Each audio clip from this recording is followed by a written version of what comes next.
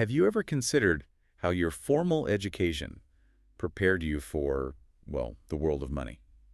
Uh, Probably not much, right? Exactly.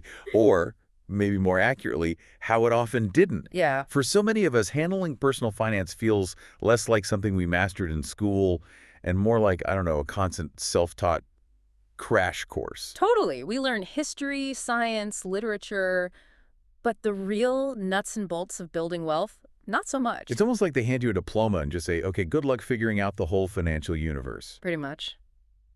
Well, today, we're taking a deep dive into a review of a book that honestly shook up that conventional thinking for millions.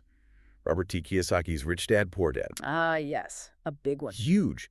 And this isn't just another book review. We're looking at a critical analysis, Yeah. something that helps us quickly zero in on its core ideas, understand why it hit so hard. And also look critically at maybe where its advice has limits. Exactly. Getting the essence without having to read, every single word of the original book itself. Precisely. So our mission today is basically to pull out the most important nuggets from this analysis. Okay. We want to understand not just what Rich Dad, Poor Dad teaches, but why its message just resonated so deeply with so many people. It really did spark a wave of financial interest. It absolutely did. And what's really compelling, I think, is how Kiyosaki uses that unique setup, learning from two very different fathers. The Rich Dad and the Poor Dad. Exactly. Their contrasting philosophies about money. It just sets the stage perfectly for rethinking how we approach finance and success. It's a really clever storytelling device. Definitely effective. Yeah. And just to set the scene a bit more, the book itself by Robert Kiyosaki came out way back in 1997. Feels like a lifetime ago, but still so relevant. It really is. Yeah. It quickly became this cornerstone in personal finance.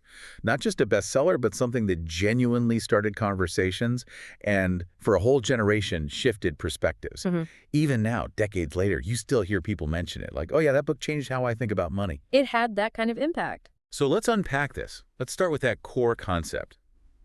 The tale of two fathers, because that's really where it all begins, isn't it? It is. It's the foundation. He presents his ideas through these two figures from his youth. First, he's Poor Dad. That's his actual father. Highly educated, respected academic, advanced degrees. Followed the traditional path. Right. Secure job, but often struggle financially. And then there was his rich dad. Not his biological father. No, his best friend's father. Less formal education, but wow, an incredibly sharp businessman. Just got how money worked in the real world. And this contrast, it's just so powerful because it immediately makes you question these deeply ingrained beliefs we all have about success and security. Right. Like what society tells us. Exactly. It pushes you, the listener, to reconsider assumptions. The Poor Dad is all about go to school, get good grades, find a stable job, climb the ladder. You know the drill. The standard advice. Yeah, but the Rich Dad champions something different. Entrepreneurship, investing, understanding the actual rules of the money game. Which raises that big question. Are academic qualifications the only path? Or even the best path to financial wisdom? Or is there this other kind of intelligence? A financial IQ, maybe. Exactly. A financial IQ that formal schooling just doesn't often touch. That's a really key distinction. And it leads us right into the first big lesson Kiyosaki hits on, the critical need for actual financial education. Yeah, that's central. He argues pretty forcefully that our standard school system, for all its good points, just falls way short on teaching practical money skills. Dramatically short. We learn complex stuff, but leave without knowing how to manage or grow or even really think clearly about money. The very thing that impacts almost everything we do as adults. It's wild when you think about it. The review really highlights that the book identifies this fundamental blind spot in how we're raised. A blind spot. Good way to put it. It's not just about earning. It's about understanding the rules of the game. Without that education, people often get stuck just working for money. The rat race. Exactly. Kiyosaki's famous term. Instead of learning how to make money work for them, it's about developing real financial literacy.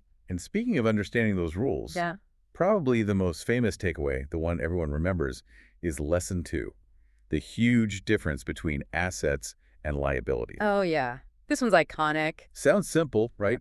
But it was profound. Yeah.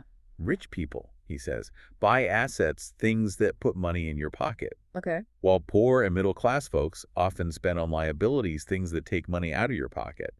It's a call to rethink every purchase. It really is. And what's insightful is how it challenges what we think are assets. Like, take the dream of owning a big house. Right, everyone wants that. Seems like an asset. But Kiyosaki often argues it can be a major liability because it just constantly drains money, mortgage, taxes, insurance, upkeep. You're always feeding it. Exactly.